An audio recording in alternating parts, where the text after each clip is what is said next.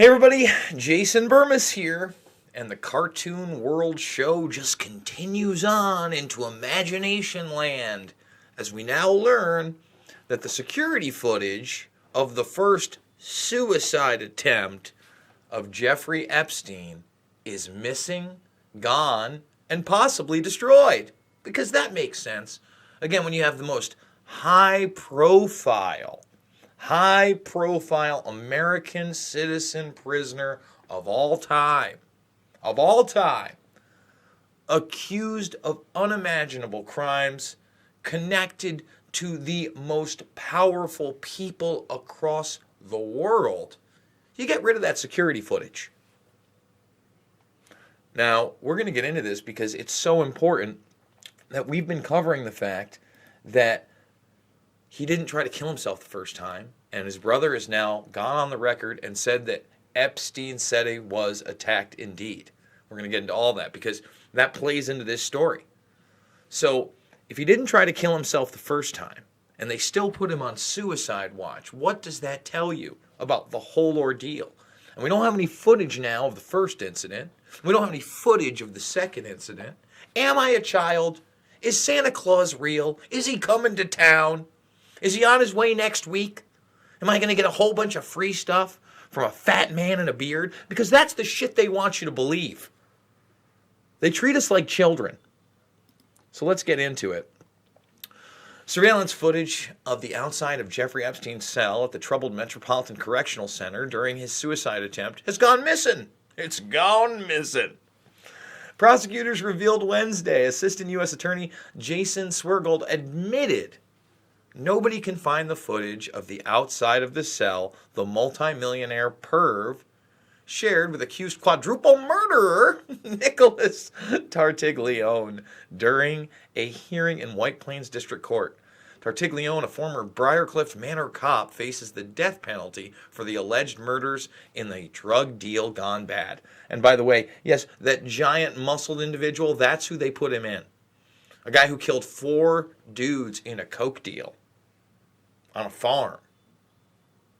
That's the guy they put Jeffrey Epstein in with. How he was not in solitary confinement from day one should raise total alarm bells. That they put him in with a quadruple murderer ex-cop who probably knows some cops, knows people in law enforcement, knows the system. And remember, the media largely ignored this, but Jeffrey Epstein wasn't. Again, this is the thing. The brother obviously is protecting his brother. But talking about the fact that Epstein told him specifically in this that he was attacked by Tartiglione, and then they're playing it up like, oh, we're so upset that the footage is missing. It really looks bad because he tried to save his life. He saved his life. He performed CPR on him. He made sure he didn't hang and kill himself. Maybe this was going to help him. All right? See? He said he saved Epstein's life. Remember, there was a lot of weird information out there, too. There was also that information that Bill Barr may have actually visited MCCC. I'm not saying that was, a true report, but it happened.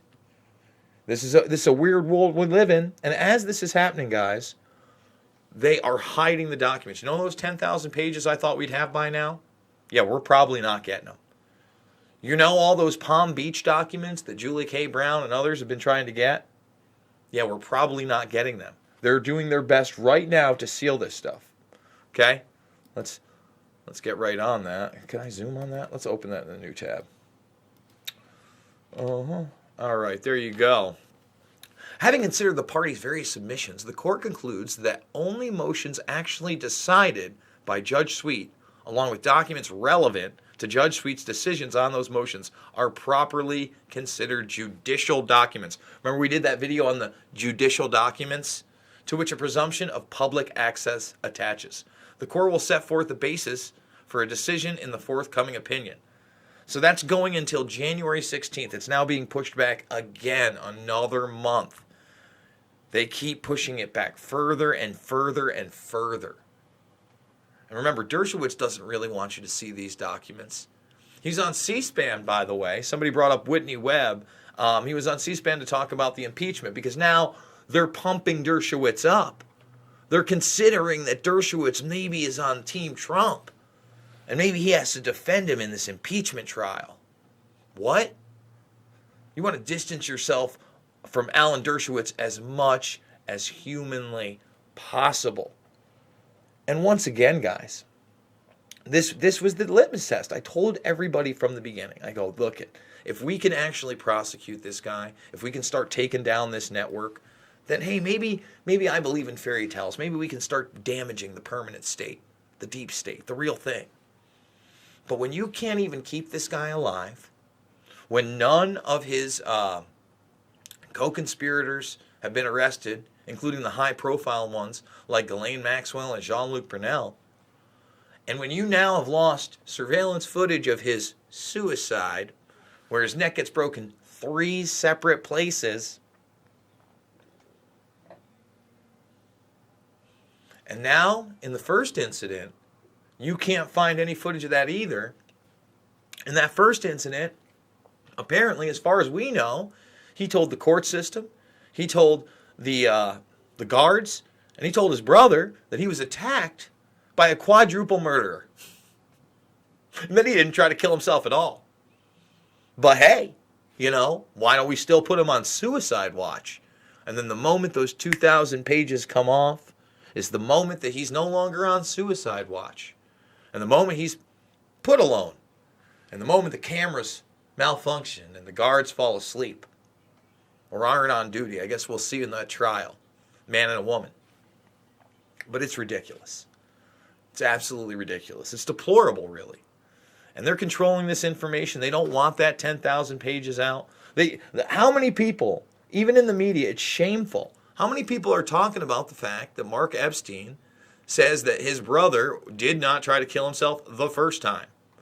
He says, we weren't that close, but we did talk as this was going on, and he didn't try to kill himself. He said he was attacked. All right? I mean, God. That should have been headlines everywhere. Everywhere. Okay? Not. I mean, when you read how everything is handled and what Michael Baden has to say about it. By the way, Mark Epstein, also afraid for his life. We've covered this ad nauseum before. So guys, I mean, think about this. We live in a world where we're told that the Russians control everything. They control our president. Our president has currently been impeached just within the last hour officially over obstruction of Congress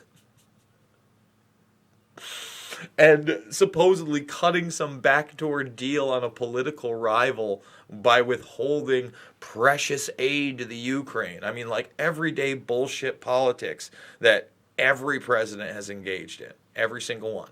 Whether you believe it or not, whatever. I mean, I just did a video on the whole thing and what the scandal comes from. You can go check it out. But come on. While that's going on and all these resources are wasted, right? The DOJ is full board covering this up. Believe it. The cleanup crew is here. And that's the problem, man. You had good people in the NYPD. You had good people in the FBI that were sick of this. You had good people in the Florida Police Department.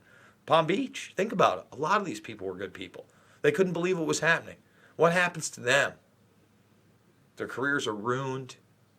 They have early demises. They're smeared. They're lied about.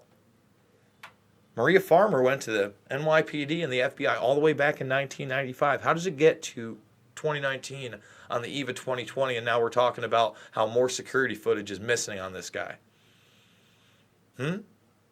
How's that happen? No one's focusing on these Ari Ben-Menashe interviews. And look, I don't know how legit he is on Epstein, but he's a legit arms dealer. He's legit in that mix with Israel.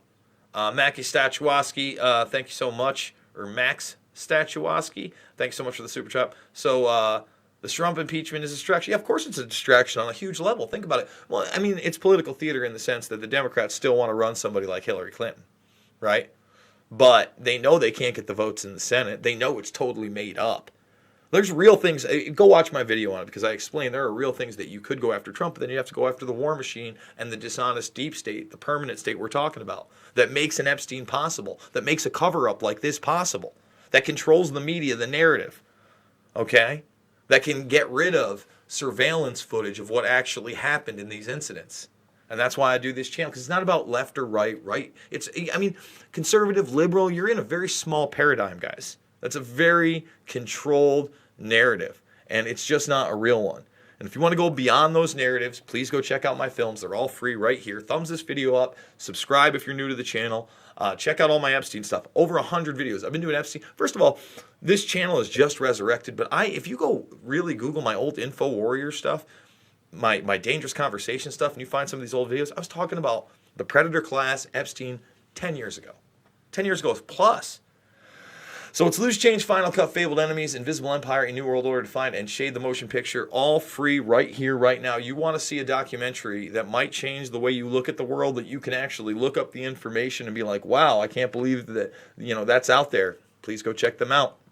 We're doing it 3 to 7 times here. Again, join the Burmese Brigade, especially if you want breaking news on Epstein. We also do a weekly mixed martial arts show with John Fitch, MMA legend. We keep you up to date on Assange. Like I said, that permanent state, Dershowitz, Weinstein, YouTube policies. We have comedians on the show. We have the Action for Assange groups. We have debunkers on the show. We want to talk to everybody here. And I need your support financially. $5, $10, $15. It means the world to me. We have a $5,000 goal every month. We've only hit it twice. We're hoping to hit it again. And we want to grow this thing, and I'm going to grow it with your help. So I love y'all, and I'll see you on the flip side.